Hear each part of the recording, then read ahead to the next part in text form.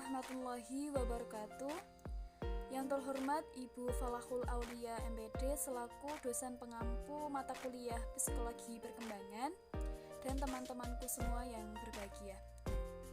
Pertama-tama marilah kita panjatkan puji syukur kehadirat Allah SWT yang telah melimpahkan rahmat dan hidayahnya sehingga kita semua masih berkesempatan untuk mengikuti kegiatan kuliah walaupun secara daring dalam keadaan sehat walafiat. Shalawat dan salam tetap kita haturkan kepada junjungan kita Nabi besar Rasulullah SAW yang kita nanti-nanti syafaatnya di yaumul akhir. Amin. Kesempatan pada kali ini kami dari kelompok 1 akan mempresentasikan terkait dengan mata kuliah Psikologi Perkembangan, di mana kami mendapatkan materi mengenai tahap dan aspek perkembangan. Sebelum kita lanjut ke presentasi, saya sebagai moderator akan memperkenalkan anggota kelompok 1 terlebih dahulu. Yang pertama ada saya sendiri, Juwita Sari dengan NIM 230102100084. Yang kedua ada Sugianto dengan NIM 230102101114. Ada Nita Pihatiningrum dengan NIM 230102180137. Kemudian ada Lailatul Makfiroh dengan NIM 230102100035. Yang terakhir ada Muhammad Rifki Arfani dengan NIM 230102101004. Di sini saya akan menjelaskan tentang perkembangan fisik. Menurut Papila dan Ols, perkembangan fisik adalah perubahan-perubahan pada tubuh, otak, kapasitas sensorik, dan keterampilan motorik. Perubahan pada tubuh atau fisik ditandai dengan perubahan tinggi dan berat tubuh, pertumbuhan tulang dan otot, dan kematangan organ seksual dan fungsi. Dalam slide berikut ini menunjukkan usia mengalami perkembangan fisiknya dari yang mulai balita menjadi anak-anak, remaja, dewasa, dan orang tua, dari yang mulai hanya bisa berbaring, lalu bisa tengkurap, merangkak, duduk, berjalan, dan berlari. Perkembangan fisik menurut Coughlin dan Thompson dibagi menjadi 4 aspek. Yang pertama, sistem asyaraf meliputi perkembangan kecerdasan dan emosi. Yang kedua, otot-otot meliputi kekuatan dan kemampuan gerak motorik. Yang ketiga, kelenjar endokrin meliputi perubahan-perubahan pola tingkah laku baru. Yang keempat, struktur fisik atau tubuh meliputi perubahan tinggi dan berat. Yang selanjutnya, 3 tahap pertumbuhan otak menurut para ahli. Yang pertama, cell production. Sel production sel adalah sel yang diproduksi di antara 8-16 minggu setelah konsepsi. Yang kedua, cell migration atau perpindahan sel. Hal ini terjadi pada saat neuron-neuron bermigrasi atau berpindah melalui daya tarik kimia ke lokasi-lokasi yang semestinya. Yang ketiga, elaborasi sel. Terjadinya proses di mana akon dan dendrit membentuk syaraf sinapsis. Selanjutnya, perkembangan fisik atau motorik dibagi menjadi 2, yaitu motorik kasar dan motorik halus. Perkembangan motorik kasar adalah kemampuan anak untuk duduk, berlari, dan melompat, termasuk contoh perkembangan motorik kasar. Jadi perkembangan motorik kasar adalah perkembangan motorik yang terlihat jelas. Sedangkan yang kedua adalah perkembangan motorik halus. Adapun perkembangan motorik halus merupakan perkembangan gerakan anak yang menggunakan otot-otot kecil atau sebagian anggota tubuh tertentu. Misalnya anak mulai dapat menulis, mulai dapat melukis, dan lain sebagainya. Perkembangan intelijensi atau kognitif. Perkembangan intelijensi atau kognitif dikatakan sebuah perubahan kemampuan mental seperti belajar, memori, menalar, berpikir, dan bahasa. Berkaitan dengan perkembangan intelijensi kognitif ini ditujukan kepada transisi kita dari anak-anak ke remaja, di mana dikatakan bahwa perubahan kemampuan mental seperti belajar ini akan jauh berbeda ketika kita menjumpai pada masa anak-anak. Pada masa anak-anak, intensitas belajar kita berbeda dengan masa remaja. Begitupun daya ingat kita tentang memori, kemudian penalaran kita dalam belajar di sekolah, kemudian berteman, kemudian kita juga mungkin ketika kita remaja kita sering menjumpai kegiatan-kegiatan yang berkaitan dengan sosial. Kita juga mungkin diajarkan pada kegiatan tersebut untuk menalar, berpikir dalam membantu suatu forum ya, karena kita remaja mungkin kita sudah mulai untuk berinteraksi atau bergabung dengan organisasi-organisasi yang kita ikuti di bidang apapun. Kemudian cara berpikir kita yang saya maksudkan tadi dalam menalar itu juga berkesinambungan. Berpikir kita sudah jauh berbeda dari masa kanak-kanak. Kita semakin bisa berpikir untuk masa depan kita, kemudian hari ini, untuk hari esok. Kemudian mungkin kita juga bisa berpikir dari masa lalu kita, dari hal-hal yang belum baik dari kita, bagaimana caranya kita bisa merubah hal itu. Mungkin di masa remaja ini juga mulai merasakan hal itu. Kemudian dari bahasa pun juga berpengaruh. Kita mungkin dari masa kanak-kanak belum terlalu menjumpai teman-teman yang mungkin berbeda dengan bahasa-bahasa kita sehari-hari. Kemudian untuk remaja sendiri kan kita sudah sekolah tinggi, kita sudah dari SD, SMP, SMA kita sudah menemui teman-teman yang mungkin berbeda dari kota, provinsi, semua itu juga berpengaruh dalam bahasa kita. Kita mungkin akan sedikit-sedikit menirukan bahasa mereka walaupun tidak seutuhnya merubah bahasa komunikasi kita dalam sehari-hari. Kemudian menurut Piaget dalam Papalia NOS 2001 mengemukakan bahwa pada masa remaja terjadi kematangan kognitif, interaksi dari struktur otak yang telah sempurna dan lingkungan sosial yang semakin luas.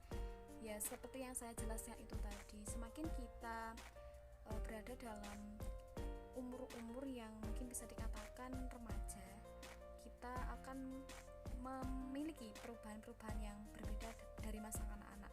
Salah satunya yaitu kematangan kognitif atau kematangan berpikir kita, mental kita yang saya sebutkan itu tadi. Nah, bahwasanya dikatakan semakin kita berinteraksi dari hal-hal di lingkungan kita seperti bersosial, kemudian kita mengikuti kegiatan-kegiatan yang berpengaruh dalam kehidupan kita, belajar, kemudian di kehidupan masyarakat, itu otak akan lebih sempurna karena kita diajarkan berpikir dalam kegiatan-kegiatan macam-macam yang saya sebutkan itu tadi. Dan ini ditekankan pada masa remaja. Pada tahap ini remaja juga sudah mulai mampu berspekulasi tentang sesuatu, di mana mereka sudah mulai membayangkan sesuatu yang diinginkan di masa depan.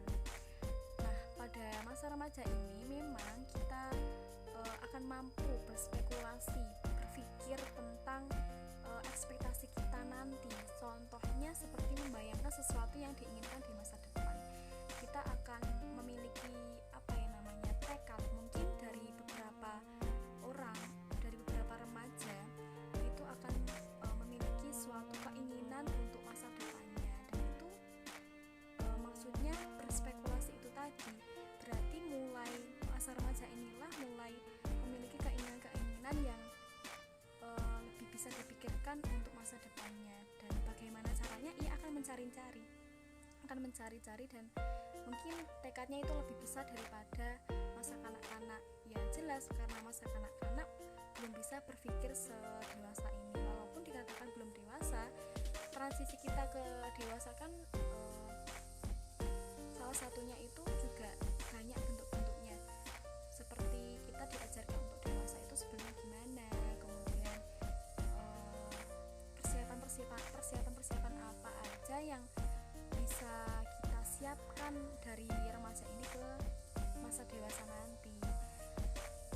Seperti halnya dalam materi ini dikatakan salah satu bagian perkembangan kognitif masa kanak-kanak yang belum sepenuhnya ditinggalkan oleh remaja adalah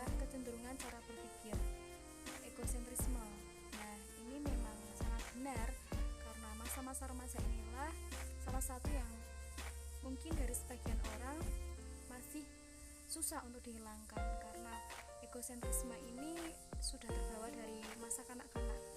Ketidakmampuan melihat sesuatu hal dari sudut pandang orang lain. Kita hanya menilai atau berpikir dan tidak mempertimbangkan itu dengan sudut pandang yang lain. Kita hanya terfokus dalam sudut pandang satu orang, tidak melihat sudut pandang yang lain. Dari sisi yang lain itu tidak banyak sebagian orang yang berpikiran seperti itu, bisa melakukan hal seperti itu, karena bisa dikatakan bahwa remaja itu masih cenderung dengan cara berpikir yang egosentrisme itu tadi. Uraian tentang pengertian kecerdasan atau intelijensi menurut para ahli. Yang pertama, menurut Soekarni Catur Utami Munandar, intelijensi adalah kemampuan berpikir, belajar, menyesuaikan diri. Yang kedua, menurut Alfred Binet, intelijensi adalah kemampuan beradaptasi, mengadakan kritik terhadap masalah yang dihadapi, dan kemampuan untuk memecahkan masalah. Yang ketiga, menurut Truston, intelijensi adalah kecakapan mengamati dan menafsirkan, kecakapan dan kefasihan untuk menggunakan kata-kata, dan kecakapan mengingat. Yang keempat, menurut Edward Thorndike, intelijensi adalah kemampuan individu untuk memberikan respon yang tepat terhadap stimulasi yang diterimanya. Yang kelima, menurut Giorgi, intelijensi adalah kecakapan dalam menyatakan tingkah laku. Teori-teori intelijensi yang dikembangkan beberapa orang antara lain sebagai berikut. Yang pertama, teori two factor oleh Charles Berman tahun 1904 yang berisi teori G atau general factor dan S specific factor. Yang kedua, teori primary mental abilities oleh Truston tahun 1938 yang berisi kemampuan verbal atau berbahasa, kemampuan nalar atau berpikir logis, kemampuan tilik ruang, kemampuan menghitung, dan kemampuan mengamati dengan cermat. Yang ketiga, teori multiple intelligency oleh Wilford dan Howard Gardner. Teori ini berisi operasi mental atau proses berpikir, konten atau isi yang dipikirkan, dan produk atau hasil berpikir. Yang keempat, teori triadic of intelligence oleh Robert Sternberg tahun 1985 dan 1990. Teori ini berisi tentang proses berpikir, meniru atau belajar dari pengalaman baru, dan adaptasi dengan lingkungan. Selanjutnya ada tingkatan intelijensi. Yang pertama, idiot, IQ-nya 0 sampai 29, yang kedua imbecile, IQ-nya 30 sampai 40, yang ketiga moron atau debil, IQ-nya 50 sampai 59, yang keempat bodoh, IQ-nya 70 sampai 79, yang kelima normal rendah, IQ-nya 90 sampai 109, yang keenam normal tinggi, IQ-nya 110 sampai 119, yang ketujuh cerdas atau superior, IQ-nya 120 sampai 129, yang kedelapan sangat cerdas, IQ-nya 130 sampai 139, yang terakhir jenius, IQ-nya di atas 140. Perkembangan emosi. Perkembangan emosi memiliki beberapa aspek yang sangat berpengaruh dalam kehidupan anak. Aspek-aspek tersebut meliputi kemampuan anak untuk mencintai, merasa nyaman, berani, gembira, takut, dan marah, serta bentuk-bentuk emosi lainnya. Emosi ini akan terus berkembang dengan seiring berjalannya waktu. Berikutnya, pengaruh emosi terhadap perilaku dan perubahan fisik individu. Yang pertama, memperkuat semangat bila merasa senang atas suatu keberhasilan. Yang kedua, melemahkan semangat apabila timbul rasa kekecewaan karena suatu kegagalan. Yang ketiga, menghambat atau mengganggu konsentrasi belajar apabila individu dalam keadaan gugup. Yang keempat, terganggu penyesuaian sosial apabila terjadi rasa cemburu dan iri hati. Adapun beberapa ciri-ciri emosi. Yang pertama, lebih bersifat subjektif, yang artinya memandang sesuatu sebagai pokok masalah utama tanpa ada alternatif lain. Yang kedua, bersifat fluktuatif, tidak tetap. Yang ketiga, banyak bersangkut paut dengan panca indera dan kontak fisik. Mengelompokkan emosi. A. Emosi sensoris, yaitu emosi yang ditimbulkan karena pengaruh rangsangan dari luar, misalnya rasa dingin, manis, sakit, lelah, dan sebagainya. B. Emosi psikis, yaitu emosi yang menyangkut kejiwaan dari dalam diri individu itu sendiri. Teori-teori emosi A. Gandenberg, atau teori tentang pengaruh fisiologis terhadap emosi. Menurut teori ini, emosi merupakan situasi yang menimbulkan rangkaian pada proses saraf. B. James dan Lange. Teori ini menyatakan bahwa emosi itu timbul karena pengaruh perubahan jasmania atau kegiatan individu. C. Lange, yaitu activation theory atau teori penggerakan. Menurut teori ini, emosi disebabkan oleh pekerjaan yang terlampau keras dari susunan saraf, terutama otak.